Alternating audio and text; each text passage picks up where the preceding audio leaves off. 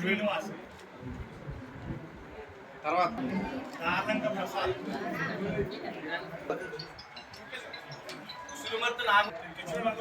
అమ్మ చెక్కు తీసుకున్న వాళ్ళందరూ ఉండాలండి.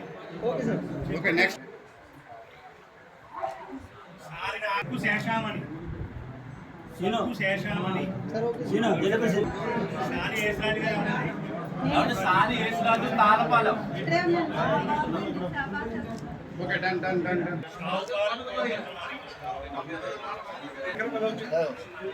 తాతారావు గారు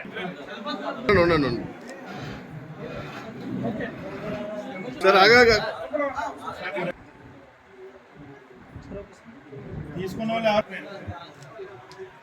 ఉన్నాడు శివకొండ.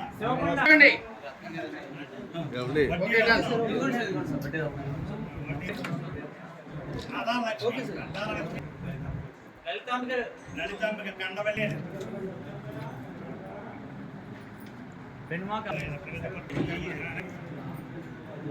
సత్యనారాయణ ఎలక్ట్రికల్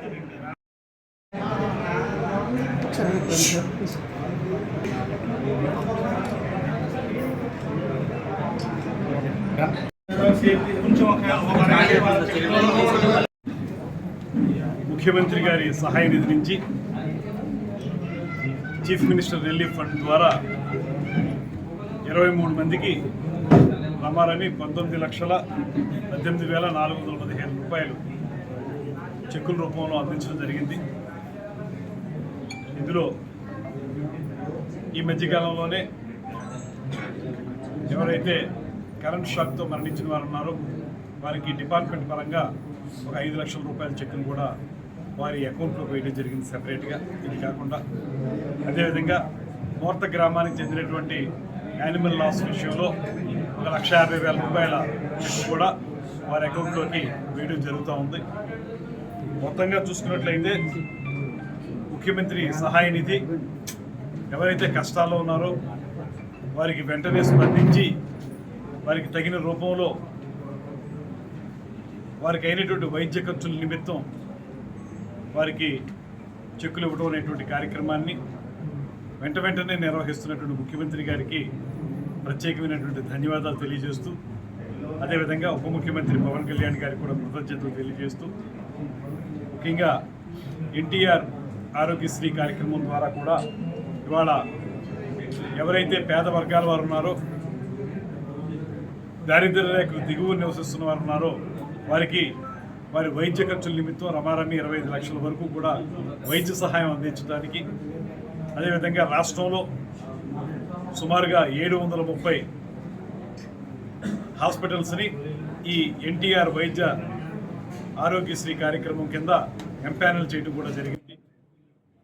ఆ రకమైనటువంటి సహాయ సహకారాలు ఒక పక్కన, ఖర్చు అయినటువంటి పేదవారికి చెక్కుల రూపంలో సీఎం రిలీఫ్ ఫండ్ ఇచ్చినప్పుడు ఒక పక్కన, ఇలా చూసుకున్నప్పుడు రాష్ట్రంలో మొత్తంగా పేద వర్గాల వారి ఆరోగ్యం కోసం ఈ ప్రభుత్వం కట్టుబడి ఉందనేటువంటి మాటని స్పష్టంగా తెలియజేసే విధంగా ముఖ్యమంత్రి గారు చూపిస్తున్నటువంటి చొరవకి వారికి మన అందరి తరఫున కూడా ప్రత్యేకమైనటువంటి ధన్యవాదాలు తెలియజేస్తూ, ఏదైతే మనకి 3,257 వైద్య సేవలు ఎంపానల్ చేసినటువంటి హాస్పిటల్లో 3,257 వైద్య సేవలు అనమాట, రకరకాల రుగ్మతలు ఏవైతే ఉన్నాయో వాటికి సంబంధించినటువంటి సేవలు అందించడానికి కూడా ఈ ఎంపానల్ అయినటువంటి హాస్పిటల్స్లో కూడా మనం ఏర్పాటు చేయడం జరుగుతుంది. ఏదైనప్పటికీ కూడా పేద వర్గాల వారిని కూడా నేను మనవి చేసేది, ఎప్పటికప్పుడు మీరు ప్రభుత్వ వైద్య సేవలను అందిపుచ్చుకుని ఉన్నటువంటి చిన్న చిన్న ఇబ్బందులు ఉంటే వాటికి పరీక్షలు నిర్వహించుకున్నట్లయితే, లేదంటే కొన్ని వైద్య శిబిరాలు మేము నిర్వహించినప్పుడు అందులో మీరు పరీక్షలు నిర్వహించుకుంటే ఏదైనా చిన్నది ఒక ఇబ్బంది ఉంటే దాన్ని వెంటనే చూసుకుని వెంటనే దానికి మందులు వాడితే పెద్దగా దానికి తర్వాత కాలంలో బాధపడే పరిస్థితి ఉండదు. కనుక మీరందరూ కూడా ఆరోగ్యం పట్ల ప్రత్యేకమైన శ్రద్ధ వహించి ఎప్పటికప్పుడు జరిగేటువంటి పరీక్షల్ని తీసుకుని తద్వారా మీ ఆరోగ్యాన్ని కాపాడవలసి కోరుకుంటూ, ఇలాగా ఈ చెక్కుల పంపిణీని క్రమం తప్పకుండా అతి త్వరగానే అందిస్తున్నటువంటి ముఖ్యమంత్రి గారికి మన అందరి తరఫున కూడా ప్రత్యేక